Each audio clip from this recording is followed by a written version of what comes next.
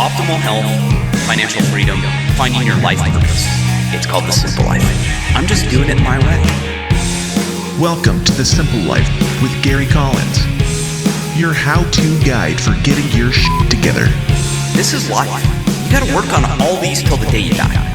The only thing missing is you getting off your butt and doing it. Mr. Judah, it seems like I just talked to you not too long ago. Matter of fact, I don't even know if I had enough time to sleep and not think about you at this time. We recorded an episode last night. For those who do not know, Judah is the producer of The World According to Ben Stein, which I am on here and there. I'm a regular on the show, and Judah's been on the show a couple of times. And both of us are very excited because our shows have been growing. We do this crazy thing called working together, helping each other. We don't agree on all political topics and life choices, but we're all friends. Imagine that today, Judah. Imagine that shit. No, it's wild. And to the people that might be watching this later, we haven't gotten on much sleep, so I apologize for the appearance. But my God, you're the one that brought this up to me when you first started coming on The World According to Ben Stein, was that there isn't a lot of reciprocation in this industry. Yeah. And it's an amazing thing because people constantly say, oh, get this person, get that person. And even if you get this person and that person, it's really hard for them. They don't push like we do with each other. And it's sort of mind-boggling. Well, and I think that's why we consider ourselves a little bit of pioneers in what we do. And my anniversary is coming up on a year where I was introduced to you by Remzo Martinez, who's been on my show. I've been on his show. Good friend of ours, young lad, trying to make things happen. We try to keep him on track when we can. But it's one of those, I've talked about it because I'm used to it. I don't know about you over the years of doing the things you do. You've been a journalist, you've pitched, show deals, everything, you've scripts, you've done a little bit of everything, but now obviously you're the producer of the show, of Ben's show podcast. For me, when I came into the health world and leaving the government and seeing the big institutions and how they ran and how evil they were, going into natural health, ancestral health, and getting in with these groups, I found them to be total shitheads too. Yeah. And it blew me away that I left one thing because I didn't like how it was. I go into a world of doing what I want to do, what I have a good background in, what I'm passionate about, and trying to get people to help and promote. They were all just takers. A lot, not all of them. There's some good people. I've made some good friends over the years, but I noticed it. I don't know if it's industry specific at this point anymore. I think there's a lot of people trying to figure out how to take and not give. And it always pissed me off. And I never liked it. And people would try and take advantage of me and use me for their ends. And they would never reciprocate. And I just told it. At one point I went, you guys are done. If you do that to me, I'll never speak to you again. I'll never have you on my show again. Matter of fact, I've done it to a couple big people recently. I mean, big people. One pissed me off so bad. I went, you're out. I go, hey man, how about I can get on your show? Oh, you got to go through, who it is. You got to go through my producer. We're backlogged. We're this, we're that. He's a veteran. I went, you know what, dude? Fuck you. How dare you do that? Yeah, I've had you on my show multiple times promoting your fucking products. And your attitude is, I'm going to blow you off. Dude, wrong dude to do that to. I don't give a shit how famous and how big shit you think you are. You're done. You're never coming on this show again. I'll never recommend you to anyone. I'll never do a favor for you. And that's the attitude. And they almost get butt hurt when you do that, right? Yeah. What do you expect? Well, because you're calling them on it. And the reality is it's a hurtful feeling. And I know you're saying it how your reaction was. And I want people to understand Gary's one of the nicest people in the world you will ever meet. We speak a lot. And we have amazing conversations, and more than anything, it's very hurtful. So I want to give you an example of something I learned years ago. I don't know if you're familiar with Dennis Prager at all, but you know who it is, yeah. Yeah, all that. So I'm not the biggest Dennis Prager fan, so this really has nothing to do with Dennis Prager. But he had a Hasidic cousin and who we'll call Rabbi Prager. I don't remember his first name. And when I was building community centers in Brooklyn to help teenagers out that were being ravaged by drugs and alcohol, I needed money.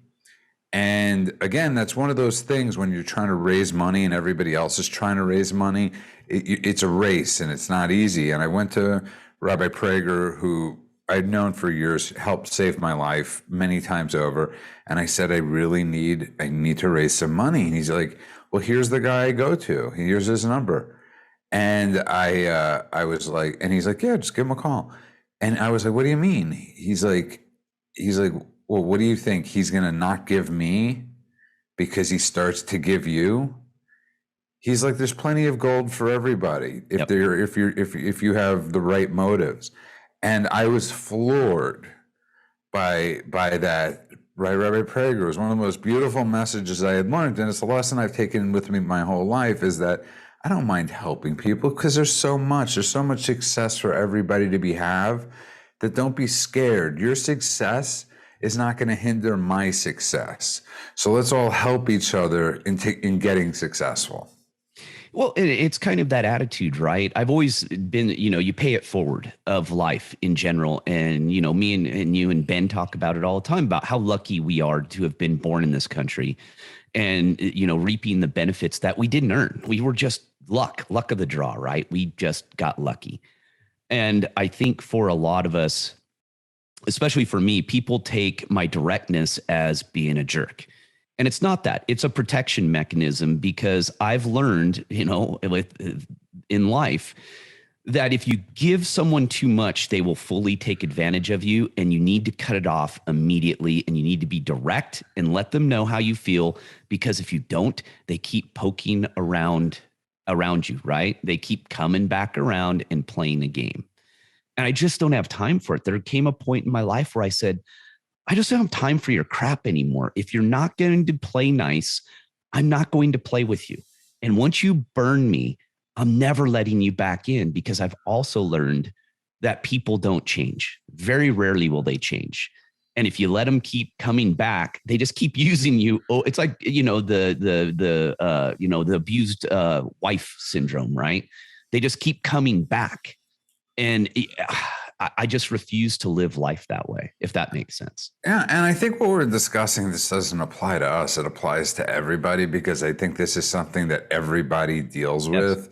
Yeah. And if something's not bringing you joy in life, or something's not bringing you happiness, you got to let go of it. Even if it's a family or a friend, the best friend, if something's just dragging you down and you're losing sleep over it, or sometimes you just got to cut your losses. It doesn't matter who it is. It doesn't make them a bad guy. It doesn't make you a bad guy. It's just for health reasons. I learned a long time ago, people use the words judgmental, right? Mm-hmm. And especially for me, coming from the 12-step world, I learned that there's a difference between evaluating and judging. And in life, we have to evaluate. It doesn't mean we're judging. I'm not judging that person. I'm just evaluating whether they're good for me in my life. Yeah. And there's an incredible freedom in knowing the difference between judging and evaluating. Because when you evaluate, you don't walk away with hate. You don't walk away with anger. You just walk away. And that's how I am. People think I can be, I am not a person who holds a grudge. And that's where we were talking about, and Ben was talking about forgiveness and Christmas and everything. And I had my philosophy of, I forget, I don't forgive, because forgiving lets you off the hook. And we've let too many people off the hook. So I'll forget about you because I got to move on with my life. But I refuse to forgive everyone's bad acts. That's just to me, that's my philosophy. That's just a wrong way to go. I want to hold you on the hook so not to come back. That unless you apologize, and I told Ben that, I've never had anyone who's done me really wrong come back and apologize and say, you know what, I was wrong in life. I've changed. I'm a new person. I value your friendship. And I've never had it happen. These people are takers. They'll come in, they're looking to take what they can take and move on. And the reverse side of that, as being a former investigator and doing white collar and people who had a lot of money and who had acquired it, not in the best of ways. that they always were looking for the next take. And they relied upon taking, and I'd rather rely upon doing and my doing things instead of relying upon Judah to go, all right, what can I get Judah for today? You know what I mean? Because you're always, it's almost like the next con. You're a con artist.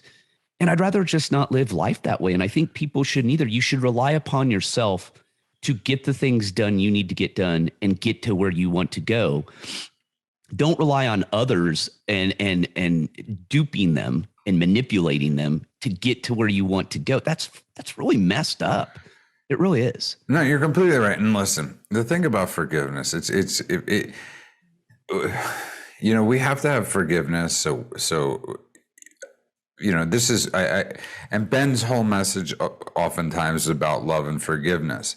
And let the problem where we've come to as a society is there's no repercussions for the people that we're meant to forgive. So when, you know, as obviously I am a little more on the political side, and I look at what's gone on for the last 5 years, and it would be a lot easier to forgive if Adam Schiff were prosecuted. It'd be a lot easier for me to forgive if the leaders that put us into the messes that we're in were prosecuted for their crimes. And they're never going to be prosecuted for their crimes. And there's no resolution. There's no closure, if you want to use that word. So it's very hard to forgive when we see so many people. And when I say on our side, I'm just referring to people that ask questions out loud, get canceled, lose friends, lose income. It's very hard to forgive when there's no repercussions for those that are you know, punishing us so, you know, to such great lengths. When I get banned from YouTube, or I mean, think about it. I always love to bring this up, that when Ben Stein gets banned from YouTube, I mean, think about it. It's Ben Stein. How do you ban Ben Stein from the YouTube channel? I mean, it's just, but so there's no, and it really scares me. And it really scares me that we are never going to, the people that need to be prosecuted will never be prosecuted. Yeah. And that's why I take the view I do in life, that nothing's going to happen to these people. Matter of fact, I've seen people be very bad people and commit very bad acts and live a life of, you know, bad behavior and never get punished for it. And I don't mean just in the criminal justice system. Everything turns up roses for them. But eventually, most of them, most of them, shit goes bad. And when it goes bad, it goes real bad. But then they're the victims because it's not their fault. And you got to get out of that attitude. And I look at it as, I want to live my life without worrying about those things. I want to surround myself with good people and not have to worry about it. And people always ask me that. They go, you always seem pretty even keeled. You get fiery here and there. I go, well, I'm Irish. And like I said, I wasn't put on this planet to put up with people's crap. That's not why I'm here.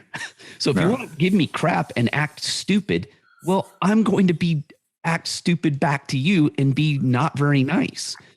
And people kind of look at you today with the way people are today. They look at that and go, well, that's just mean. And you go, you were mean to me first, dummy. Why do you think I'm acting this way? I'm not attacking you just to attack you. You brought it on to yourself first. And then when I come back at you, now I'm the bad guy. Yeah. And there has to be repercussions. And I was thinking about this before the show. I don't know why I was thinking about this so much this morning, but I was thinking about, you know, we got into a war because of weapons of mass destruction, right? Where every intel agency said there were weapons of mass destruction. We lost so many troops. We lost so much with these wars, and nobody's ever had to pay the piper.